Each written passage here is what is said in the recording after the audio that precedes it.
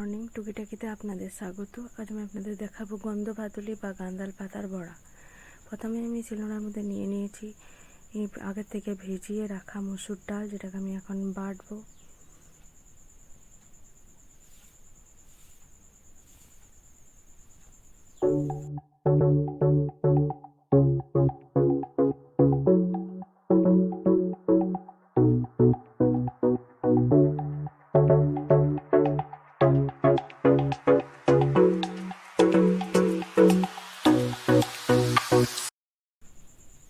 এবার নিয়ে নিয়েছি আমি আগের থেকে কুচিয়ে ধুয়ে পরিষ্কার করে রাখা গাঁদাল পাতা বা গন্ধ ভাতুলি পাতা, যেটাকে আমি লঙ্কা নিয়েছি, যেটা দেখানো হয়নি। লঙ্কার সাথে সেটা আমি বেটে নিচ্ছি।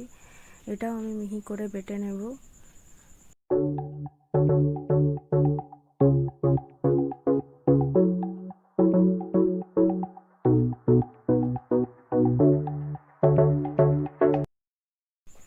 এই দুটো বাটার পর এই যে গন্ধাল পাতা, এই যে মসুর ডাল বাটা, এই দুটোকে আমি একসাথে মিক্স করব।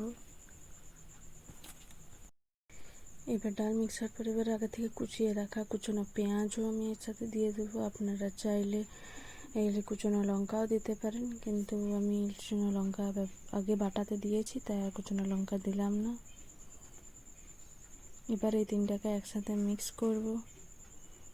তো আমি স্বাদ মতো লবণ ও অল্প পরিমাণে হলুদ দিয়ে এটাকে ভালো করে মিক্স করে নেব।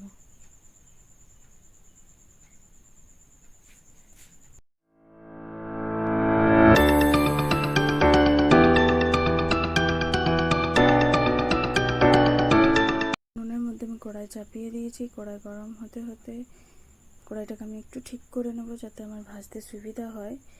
এরপর কড়াইয়ের মধ্যে আমি দেব সরষের তেল। আপনারা চাইলে রিফাইন তেল ইউজ করতে পারেন, তাতে কোনো অসুবিধা নেই।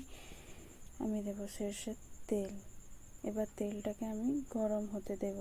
গরম হয়ে গেলে এর মধ্যে বড়াগুলো দিয়ে পিটপিট করে ভেজে নিলেই